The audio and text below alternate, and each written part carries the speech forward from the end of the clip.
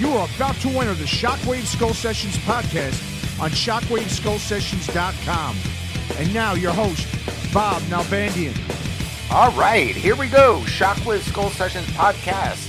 I believe this is number 48, and this is a special, we call it kind of a bonus episode because it's not your traditional Skull Sessions discussion style episode. This is a one-on-one interview I did with John Bush from Armored Saints. Did this interview earlier in the week and had a great conversation. John Bush, literally one of my oldest friends. We've known each other since the early 80s and have been very close ever since with the whole Armored Saint band. And they got a new record that I'm sure a lot of you have heard about that they are working on. Just finishing up the recording, just about to mix the new record. And the band also have a new documentary film that will be coming out. John talks in depth about this upcoming Armored Saint record as well as the upcoming documentary film. So we'll go ahead and get right into that. Want to remind you guys, anyone in the Bay Area or anyone planning to come out in the Bay Area, March 29th, we are doing a very special exclusive premiere screening of the brand new Inside Metal movie entitled Bay Area Godfathers. The movie hasn't come out yet. This will be the big giant premiere. It'll be in San Francisco at the Roxy Theater, and it'll be a special matinee showing Sunday, March 29th. It'll start at noon. It's a long movie. We're going to screen both part 1 and part 2, so it's a 3-hour film. So once again, if you want to buy tickets, you could go to the Roxy website. Just Google the Roxy Theater in San Francisco. Go to their calendar and look up March 29th, and you'll see the Bay Area Godfathers. Just click that ticket link, and you could buy tickets. We are only releasing a very limited number of tickets for this. So buy your tickets now, and hopefully we'll see you at the screening. So with that said, man, let's get right into it. Shockwave Skull Sessions episode number 48, a one-on-one interview with the great John Bush.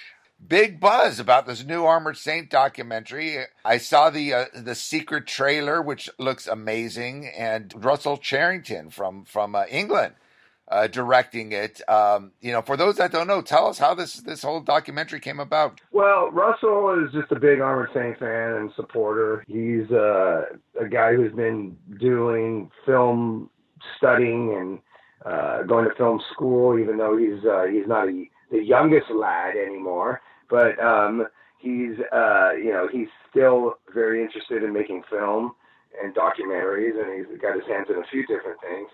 And one of them is the Saint idea, where he wanted to do a documentary on Armored Saint, and we were supportive of it because it would be, our story is actually a really interesting and cool story, and all the twists and turns that have happened through the band's careers through the years, and it's a heartwarming story, if you will, and there's a lot of trials and tribulations that the band has gone through, and if it's told in the right way and with a lot of the people who have been involved with the band through the history of it, it will be a cool story, including you, Bob. You're interviewed, and you have some interview segments in it as well. So it was really cool that Russell wanted to do this, and we basically said, hey, it's your baby, so you run with it. We certainly will help you in all capacities because it's our story, but we didn't want to be micromanaging it. We wanted him to run with it, and he has, and we've provided a bunch of cool old footage and various things, even up to our most recent shows, and we got a lot of different people to interview. I think he still has a couple people that he's still trying to wrangle in to interview. One would be Ron Fair, who signed the band to Chrysalis back in the day, and also Ron Lafitte, who we've been trying to get him to interview him because he was a big part of our early days when he was our tour manager. And sure. It's just about getting it together and getting these people either on the phone or doing an online interview or something to get it all down and get their perspective on it. But hopefully it'll happen. He interviewed James and Lars and Cliff Bernstein and Max Norman and Bob Nalbandian and various people. So there's a lot of people who have been through the Saints world through the years. No, absolutely. It's a great story. And, I was honored to be a part of the movie and honored to be a part of Armored Saints history from practically day one.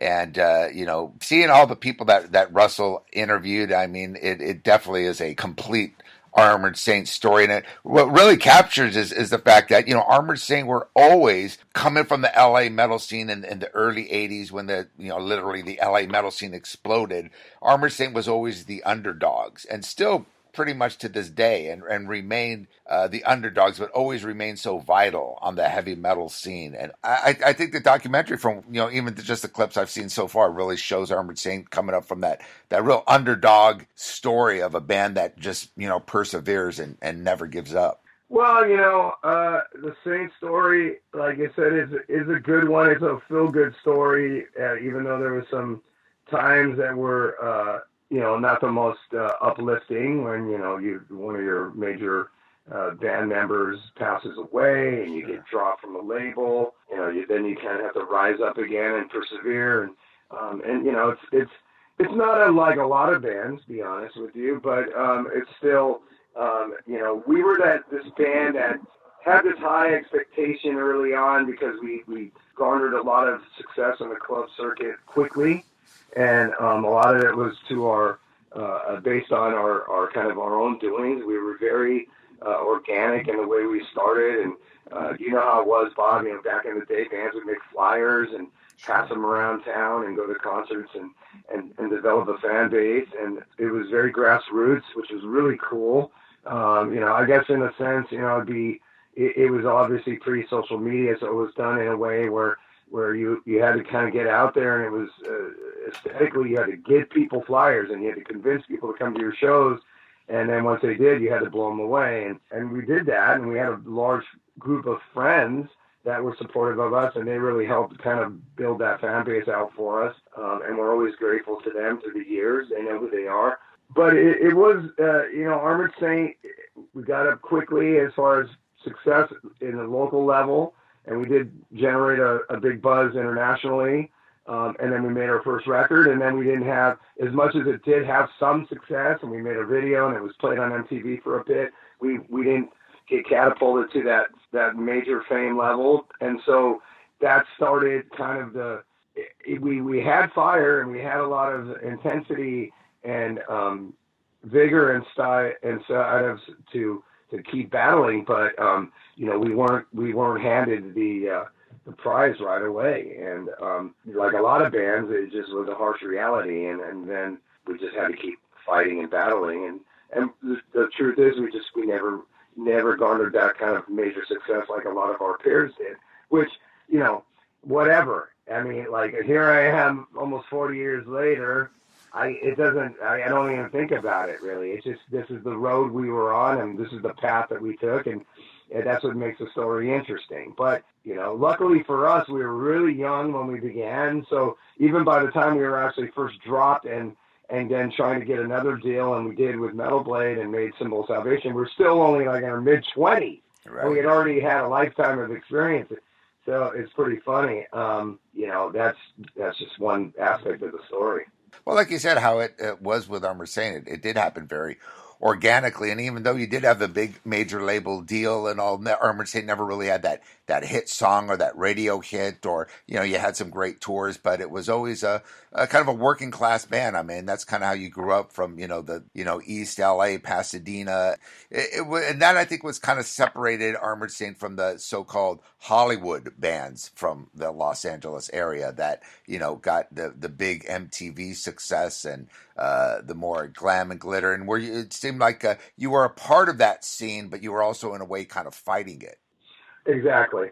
And we were never a band that, and we've said this a million times, but we were a group that, as much as we were super proud of being from Los Angeles, we didn't have the normal, typical Los Angeles sound. We sounded like a band that had a lot of influence and inspiration coming from the bands from England in the late 70s, early 80s, the bands from Europe like the Scorpions. Granted, we loved Aerosmith and Ted Nugent, and we dug American bands as well, but we really were motivated by those You broke up. Eventually like Motorhead and Maiden, that kind of, that, were this, and Judas Priest and Sabbath, these bands that, were, those are the ones that really got into our DNA and kind of molded our sound. And so we took that sound, but we were part of the LA scene, and we were playing with all those bands like Rad and Great White, and those bands were great, and we had great shows together. We just stuck out a little bit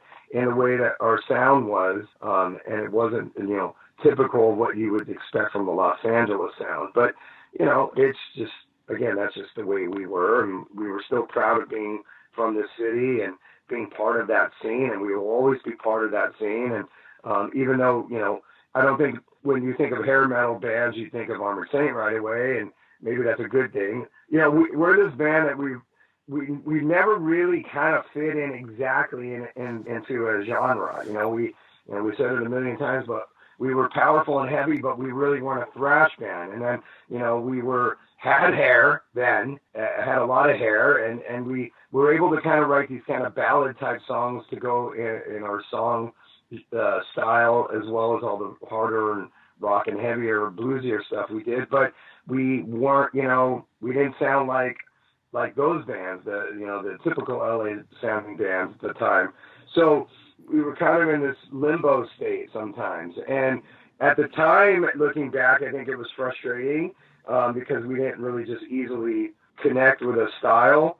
But in the long run, we're actually very happy because we kind of just created our own thing, and that's all we really wanted to do anyway. That was something about Armored Saint when you mentioned a lot of these British bands and bands from the 70s that always, was what I thought was so special about Armored Saint is you kind of had that same vibe, and especially in the songwriting where you were able to write, ballads and different stuff before the so-called power ballad came about with the, swirling, swishy keyboards and all that kind of stuff. I mean, you were doing songs like, No Reason to Live and early ballads since your first EP, way before it became hip. And it was kind of reminded me of, the British bands, Judas Priest doing Beyond the Realms of Death, or UFO doing Love to Love. And it was that kind of a thing. And all your songs, even through the new millennium, the last albums you did, and that's, kind of what I'm jumping to is, Win Hands Down, which is your last album that came out in 2015, La Raza in 2010, and, going back to Revelation, which came out in 2000. And even till recently with, how the internet has taken over, and a lot of bands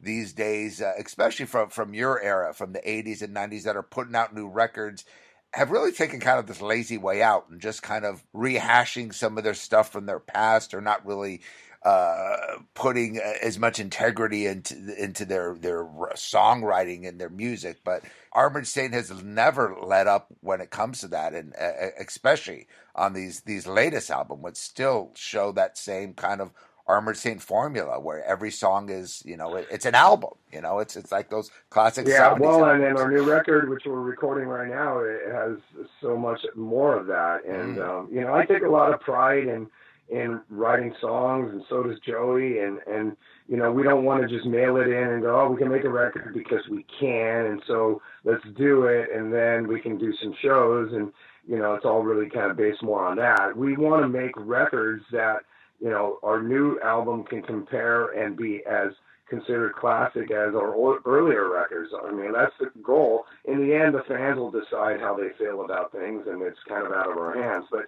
the approach when we go in is to really push the envelope as much as we can, and push ourselves as writers and expand on things we've never done, and to continue to grow and evolve. And I think we've done that. And I, if I wasn't able to do that as a musician, and I know, believe me, some of what I'm saying, if I was hearing me, I would go, that guy just sounds like a snob. And I certainly don't mean it like that. But the reality is, I wouldn't do it if I didn't think I could do it in a way where I was pushing myself in ways that I never have before. Because it's just not fulfilling for me to just write a bunch of songs that would be considered mediocre and, think, oh, well, here, we could just write 10 more metal tunes.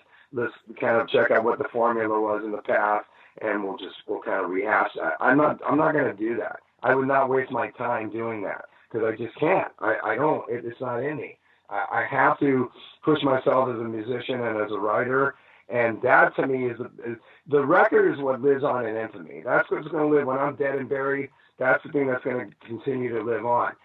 Shows are great, but those are a fleeting moment in time, right. And then it's come and it's gone. But the record, that's the thing that will always be there, that'll live on. And so that's the thing you want to make your mark with. And I mean, that's what we're doing. I mean, I'm super proud of the music we're making. We've written songs that I think, again, take it to a whole nother level. It's not just rehashing what we did on the last couple records. We're always trying to grow. The thing about Saint is that we kind of feel like our boundaries are limitless and we can do whatever we want. I always make the joke that, we're not going to do the Armored Saint, folk trip hop metal record. That's not what we're going to do. I'm certainly not going to give fans something and have them go, what the hell is this? But at the same time, I do want to challenge our fan base, and I want to have them be able to get stuff and go, wow, I got to dissect this a little bit and let it grow on me. And then once they do, I think they'll be blown away. And that's what is fulfilling to me, and that's fulfilling to Joey, and then to do things, to write stuff that isn't just, old hat, because it's just not good enough. Absolutely. Honestly. I think you've proven that too, especially on the recent records. When you came out with La Raza, I mean, that was a kind of a turn. A lot of the fans said, but it was definitely an Armored Saint record. And the key thing you always say, it is a record, that you put out. It's not just a song. So many bands nowadays are just worried about getting that song out there, getting the digital buzz on that certain song. But speaking of the record, that you brought up, the new record, obviously Joey producing the new record again, and you're pretty much finished with the recording as far as I know, right? Are you still doing a little bit of or mixing now, or? Not mixing yet. We're still finishing musical parts. I'm still singing. I've been singing.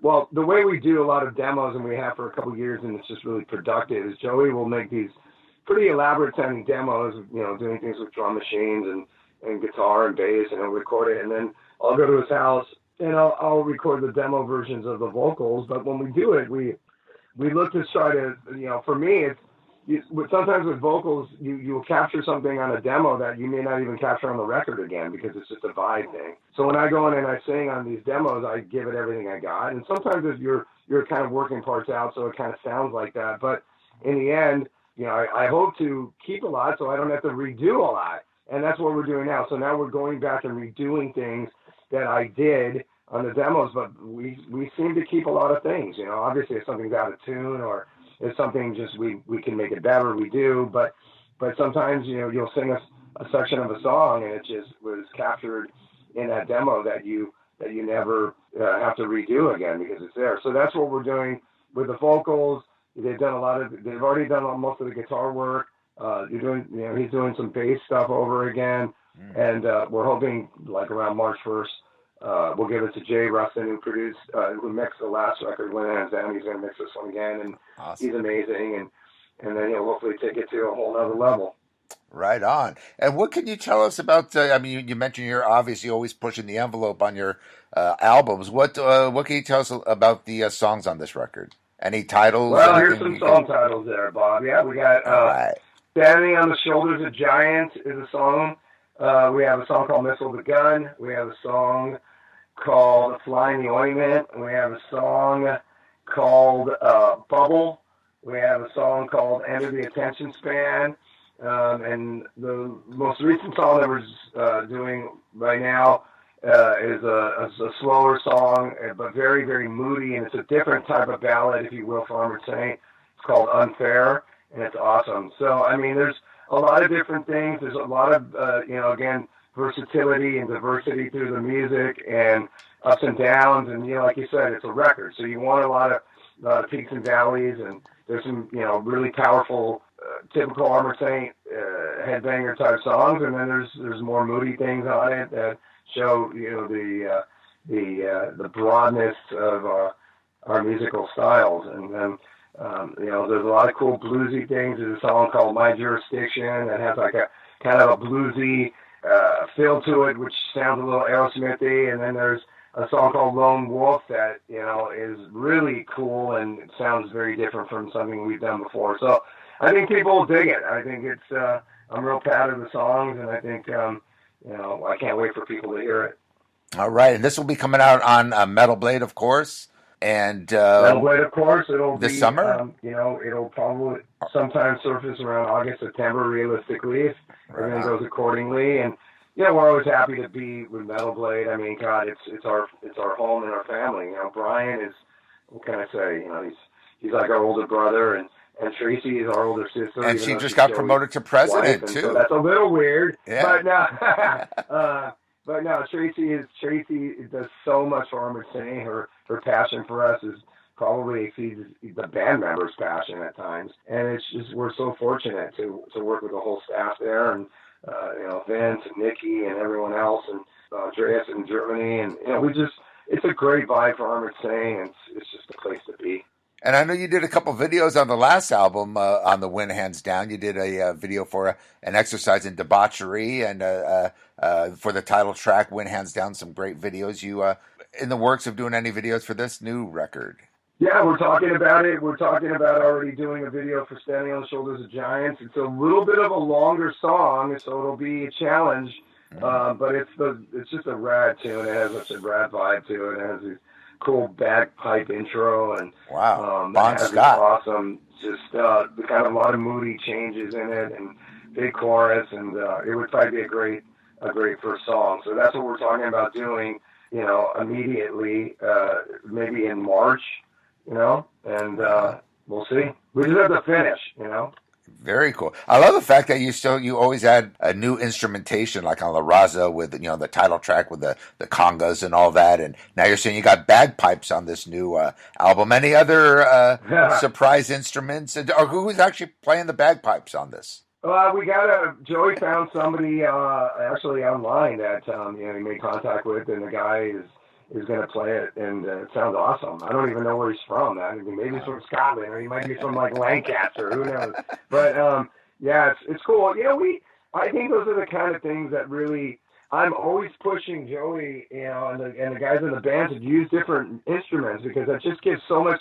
It's like cooking. You'll be cooking with all these different herbs and spices, and you're not just going to have some pasta with butter or ragu sauce. You got all these different spices and flavors, and that's how the music should be. It should be the same kind of theory.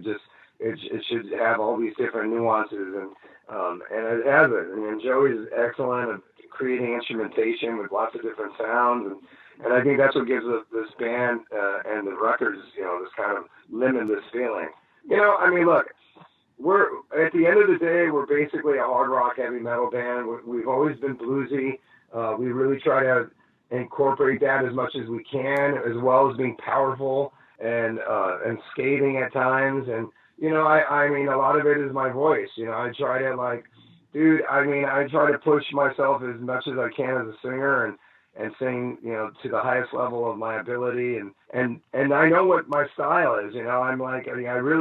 I wish I was like in an old 70s soul band. That's really, if I could kind of replant myself and be in like the OJs or like Earth, Wind and Fire, that would probably be my ultimate dream, because that's just kind of what I model my vocal style after. But including new cool R&B groups like Black Pumas, and Leon Bridges is a rad singer, and there's really a lot of cool new school R&B singers and bands. But that's kind of like what I model my style after, as well as Halford and Bon Scott and those guys as well, of course. And, I love Josh Homme from Queens of the Stone Age, and I love Dave Grohl as a singer.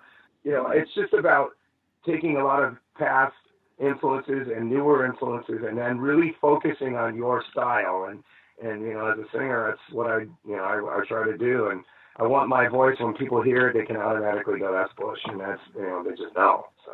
And they still can, which is great. Your voice hasn't lost it at all. And I'm not just kissing your ass there, but it's, so many singers from your genre, their voice has just been shot. But you've been able to really keep your voice. You listen to the first album, March of the Saint, or the EP, or Delirious Nomad to today, and it's actually an improvement. Your voice has been getting stronger over the years, I think. Oh, it's a little lower. Obviously I listened back on March of the Saint and Delirious and laugh sometimes. But Raging Fear in particular. Yeah, you sang real high on Raging Fear, I was going to say.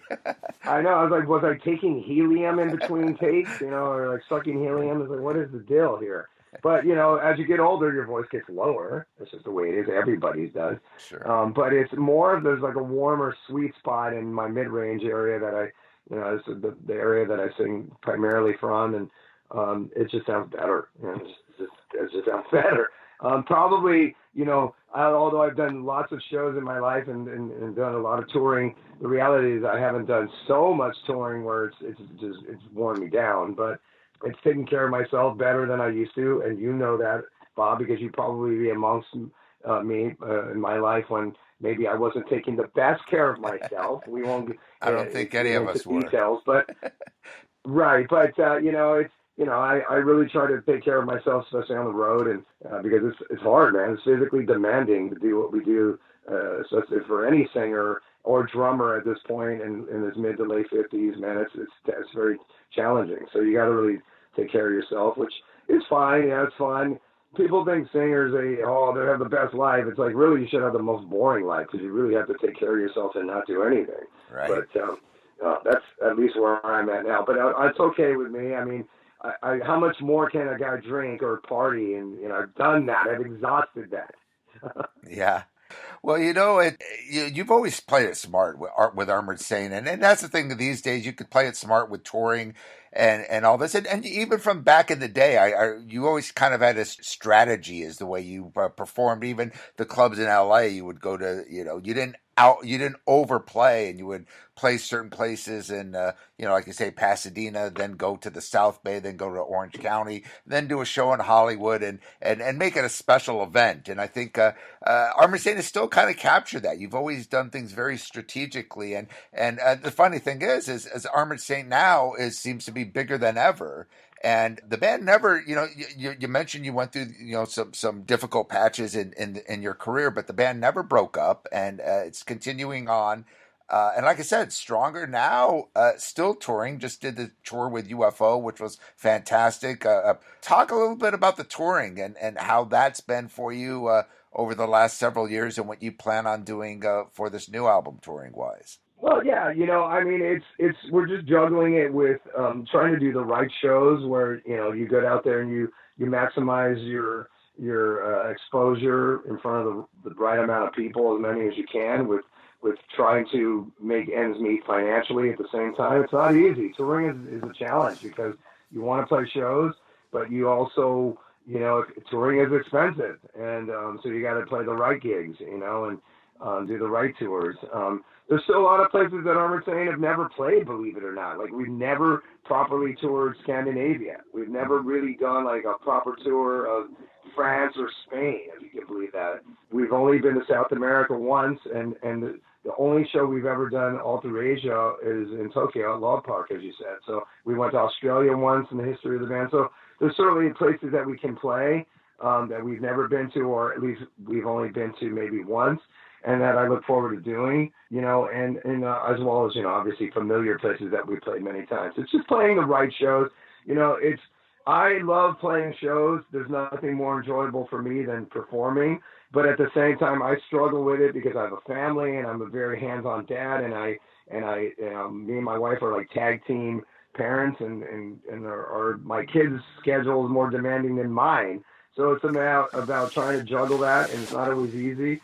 It was probably up to the other guys in the band. They probably tour a lot more than we do, but because of my life, I try to juggle that. And so when you do that, it's about being strategic, as you said, and playing the right gigs and maybe playing the right festivals and making sure that people get exposure to Armored Saint. But, the days of going out for 8 months on the road, it's just not going to happen. I mean, you just can't do it. It's not really financially feasible to do that. And, I don't want to go out and bang my head against the wall and play a club show and in front of 50 people, because we did that. It's just not rewarding. So, I love the 50 people that have been there, and I'm always grateful to them. But, if we could do things in a better way where we can play in front of a larger group of people, whether that's supporting other people or playing, on a festival, that's just more strategic, and you get more bang for your buck, if you will. So we'll figure it out. We did a tour with Metal Church in Europe last summer, and we did combination of some co-headline shows and festivals, and it was great. It was, we all look back and say, wow, what a great run, and those guys are great, and maybe we could do more shows with them. And there's a lot of bands from our genre that we can package with and have a great little double bill or even triple bill, and it's just about finding the right things. Well, it's always impressive how Armored Saint have really grown, and you've been able to, to like you say, very strategically work around. I mean, you've obviously got a family, you've got a wife. You and your wife have a very successful business. Joey's doing a lot of production. He's in Fate's Warning. He's in several different projects. Jeff's got several different band projects. Gonzo and Phil have a couple different projects as well, but you could still make Armored Saint work. It's pretty amazing to see how you, with all this going on, nearly 40 years later, almost, you're still making it work with Armored Saint. And like I said, it seems like the band definitely hasn't lost their edge at all, and you seem to be more popular than ever. Yeah, I mean, we're fortunate. We're pretty lucky. So, we'll see what happens here in this next year in terms of doing more shows eventually, in conjunction with a new record, and just have fun. I think that's the really, I know it sounds silly, but I think that's one of the most important aspects of doing this is to have a good time with it. There's have fun, do things that put a smile on your face after all these years. I think that's really important. That's something that I can't underestimate how important it is. And I think we're still able to do that, through these years. And as a band of the same, we're really the same guys. I always champion that because I think it's actually a really cool aspect of the group that it's still the same members of this band that it's always been. The only other person that's not here, obviously, is Dave Pritchard, who passed away a long time ago now in late, the 80s and early 90s. But, Jeff Duncan, it's funny because Jeff gets called, the new guy. It's like the new guy who's been like here 35 years, we laugh. But it's still the same guys. And I think that there's something really cool about that. I really think when you see Armored Saint play, and that these guys all have a personal commitment to these songs that they've been with, whether it's playing them so many times live or being participating in the recording process of it. So I think it's really a really important part of the group. Well, that was another thing I was going to mention that definitely is a key, is that you've all remained the same members primarily, since day one, and that hasn't changed, which is so rare, particularly for, the classic band from the 70s, but now even bands from the 80s, going out with one member, maybe just a drummer or something, and still taking over the name, or the lawsuits with people fighting over the name, and there's two different versions of the band. You see bands from your era, that are going through that, and it's very, very rare to see, a band like an Armored Saint or, an Aerosmith or whatever, where the band has still been intact. Well, who knows with Joey Kramer these days, what's going on with Aerosmith. But right. The point is, I hear they got him back in doing some Vegas shows. Anyway, they did? That's what I understand. I don't know if they've come to some kind of agreement. But, there is always that inner fighting with bands, even, when you've been around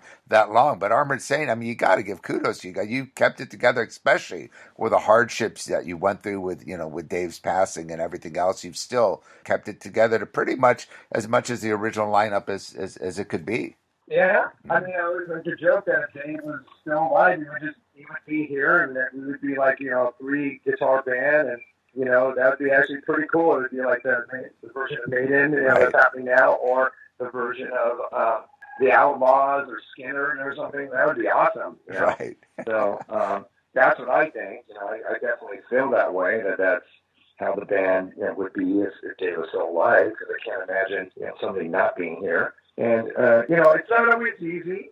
Through the years, we don't always have the same perspective on what the band should do and where the band should go. And I guess that's okay. I mean, we're not robots, and we obviously are people that everybody has their own individual theory on what the band should do. Look, I mean, not everybody's going to have the same role, and as they shouldn't. I mean, that's just the way artists and groups are. So I always equate it all with like a sports team, like everybody, it's like as long as that everybody's working together, the goal is to, well, not the Patriots this year because they've lost, but, like then you can have a dynasty and everyone is in, it's like a well-oiled machine. And that's when I think bands are the best. And I think it's when those lines get blurred, when those roles are becoming undetermined, that's when you probably see problems with groups. And that's my personal opinion, that the best circumstances are when bands, function and everybody knows their role. So, look, rock and roll there's no bigger egos that happen than in rock bands, and sometimes people strive to have more, sometimes they, require more for their own ego. And I get it, we're no different than anybody else. Everybody feels that way in band. But, again, making sure that you keep it together and you focus on everybody's strengths, and then I think that's when bands function the best. Right on, man. And I know you've done a lot of different, side projects here and there, or different recordings, I should say. And of course, you spent 8 years with Anthrax. You talk about singing old soulful style 70s R&B. Is there any projects you have in mind outside of Armored Saint that you would like to accomplish? I do. I have ambitions that I would like to do, and maybe some dreams that I would like to fulfill. But as for now, there's nothing exactly on the table for that. One day maybe could I, put a project together and do something that, would kind of show me doing some different musical styles. Maybe one day. But as for now, I put all my eggs into the same basket for this new record, and that's kind of where all my attention and focus is. So I'll use those influences and let them come out in the Saint world. Right on. Well, the new record, do you have a title for it yet, John Book? We don't have a title yet. We have like a couple working titles, but we haven't like completely agreed on it. So I don't want to say anything prematurely. I wish I could, but I don't want to say anything that's not definitive yet. So just know that it'll come out sometime in around August, September, and it will be killer when it does. Awesome. I would expect the documentary will probably have the same timing, around August, September release. Is that correct? I mean, that makes the most sense if that could happen. And if not, then it'll happen, shortly thereafter, maybe, at the end of the year, or perhaps even at the beginning of next year, which is fine because, we don't want it to necessarily conflict with one another. It might be better if they're staggered a little bit as far as when they were released. And I think the movie probably has a lot more still to do than the record does. I hope, because the record we're almost ready to start mixing. So. Right on. As far as the movie, I guess it will be obviously out on a DVD physical, and you plan to get it out as a digital outlets? Russell has a lot of lofty goals and ambitions, so we'll see what he can actually muster up once it's all completed. But, he has, like I said, some lofty goals. We'll see if he's able to accomplish those. So we'll see. All right. Yeah, it'll be something that'll be hopefully very easily accessible for people. Well, dude, always good talking to you, man. You too, brother. Yeah. Our history and our friendship goes back so far. You were there. You were there one of the first Saint shows of the band's career, and we've had a friendship ever since. Absolutely. And that says a lot about our history together, Bob, and that's really, really awesome, dude. Well, we're going to hang out. I'll be in LA a lot more, and yeah, definitely when I'm in town, we definitely got to hang out and keep me posted, definitely on any shows or anything you guys are doing, and we will definitely hook up soon, John Book. Once the record's done, we'll get you a copy so you can check it out, obviously. Can't wait. All right, man. Kill it. Talk soon. All right, brother. Thank you for listening to the Shockwave Skull Sessions podcast. Subscribe and listen to all episodes by going to our pages on iTunes, Spreaker, YouTube, Spotify, and more. You can listen to all other episodes and access up-to-date information and news on the Shockwave Skull Sessions podcast by going to our website at www.shockwaveskullsessions.com. Email all comments, questions, and suggestions to shockwaveskullsessions@gmail.com.